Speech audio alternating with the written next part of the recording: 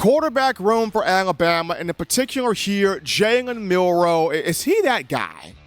Is he that dude here for Alabama in terms of the starting quarterback that can take this team with a lot of pieces, all the talent's right there, the hunger is right there, the coaching staff is right there, all the pieces needing to win a national championship. But is Jalen Milroe that guy that can take this team and lead it to a Southeastern Conference championship, and then right along with that, the college football playoff and a CFP national championship? Well, on Tuesday, yesterday, guys at the Bama Standard, there was a show, and Darius Stewart, former Alabama receiver, was featured on it. He was there.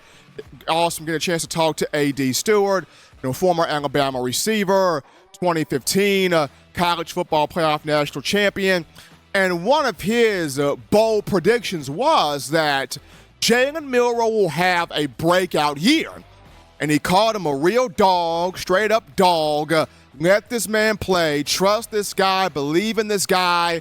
Give him a fair chance, a fair opportunity. Mold this guy. Let him be him. He's that dude. He a dog. This is what Darius Stewart was saying concerning one Jalen Milroe. And let him grow even through the mistakes that he may have. So we're seeing here a former player, former wide receiver, who got a chance to look at Blake Sims in 2014, become a single-season passing record holder. A lot of people didn't think that Blake Sims would be the guy. A lot of people wrote him off, but he won the job in the fall of 2014, and he took that group to a magical run, getting it to an SEC championship, the inaugural college football playoff, and nearly a national championship. This is the same Darius Stewart who played with Jacob Coker in 2015. We remember Coker got benched the early part of the year.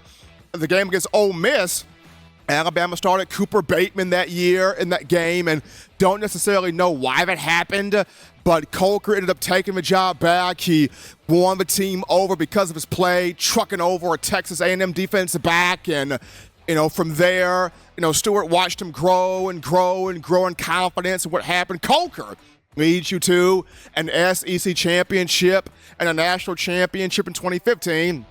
And of course, 2016, nobody thought Coach Saban would ever start a true freshman quarterback, but Jalen Hurts became the guy, the man, and he takes Alabama to SEC championship in 2016. You win that, and you get to the college football playoff, and you get so close to beating Clemson to win a national.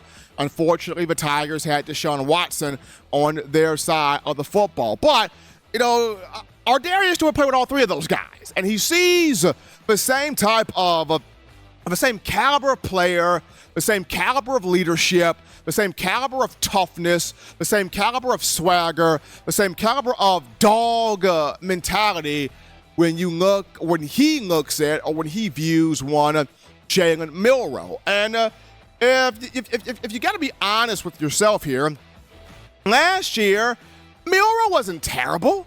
He wasn't bad. And the opportunities that he got, he wasn't bad last year.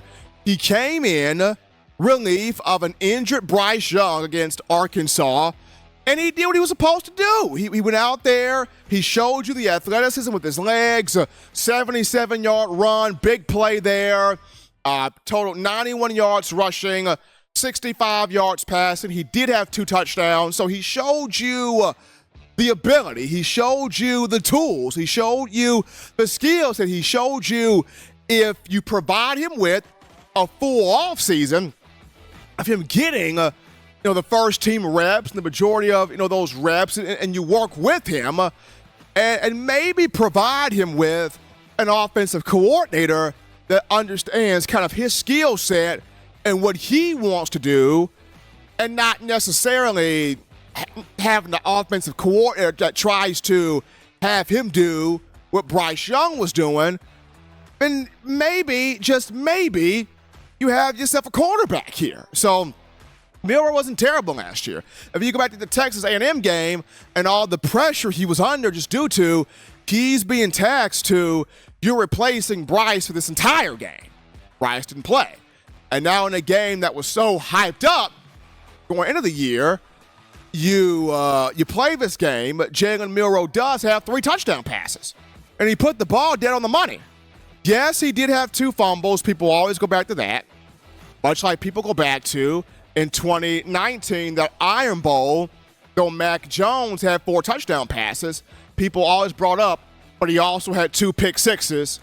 But this is the same Mac Jones that the very next year, 2020, took you on a perfect undefeated national season of a national championship. Now, am I saying that Jalen Milroe is going to have the same numbers that Mac Jones has? No, that's not what I'm saying. However, I am painting the picture that the young man wasn't awful last year. He does provide you something. He does provide you with big athleticism, big playmaking ability.